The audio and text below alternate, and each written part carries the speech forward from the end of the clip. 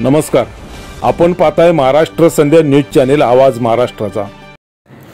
शहीद भीमसैनिक सोमनाथ सूर्यवंशी यांचे पार्थिव आता परभणीच्या दिशेने रवाना झाले आहे, त्याबद्दलची ही बातमी आहे। संविधानाची विटंबना झाल्यानंतर आंबेडकरी जनतेने निषेध आंदोलन केले होते। पोलिसांनी बळाचा वापर करून भीमसैनिकांना अमानुषपणे मारहाण केली होती।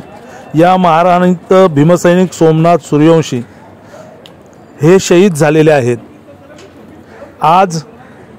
आता ताजी बातमी अशी आहे की शहीद भीमसैनिक सोमनाथ सूर्यवंशी यांचे पार्थिव परभणीच्या दिशेने रवाना झाले आहे। डॉक्टर बाबासाहेब आंबेडकरांचा विजय असो, भारतीय संविधानाचा विजय असो, शहीद भीमसैनिक सोमनाथ सूर्यवंशी अमर रहे।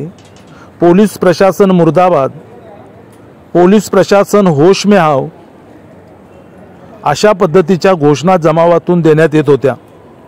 गाडीत बसलेल्या शहीद भीमसैनिक सोमनाथ सूर्यवंशी याचे कुटुंब यावेळी आक्रोश करत होते।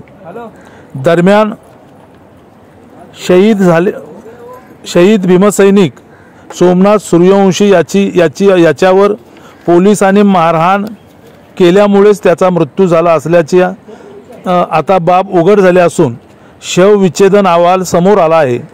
या शवविच्छेदन अहवालामध्ये शहीद भीमसैनिक सोमनाथ सूर्यवंशी याची मारहाणीमुळेच मृत्यू झाला असल्याचा शवविच्छेदन अहवाल पुढे आला आहे।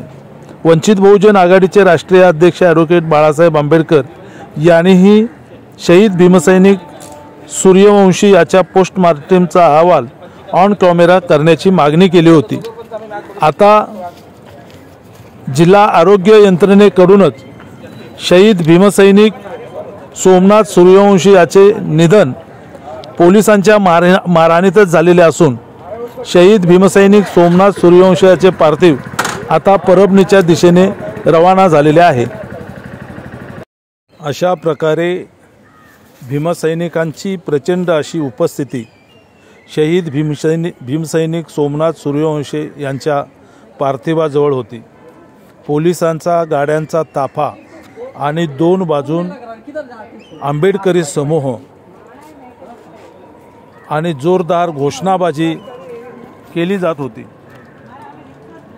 शहीद भीमसैनिक सोमनाथ सूर्यवंशी याच्या पवित्र स्मृतीस महाराष्ट्र संध्या न्यूज चॅनेलचे विनम्र अभिवादन।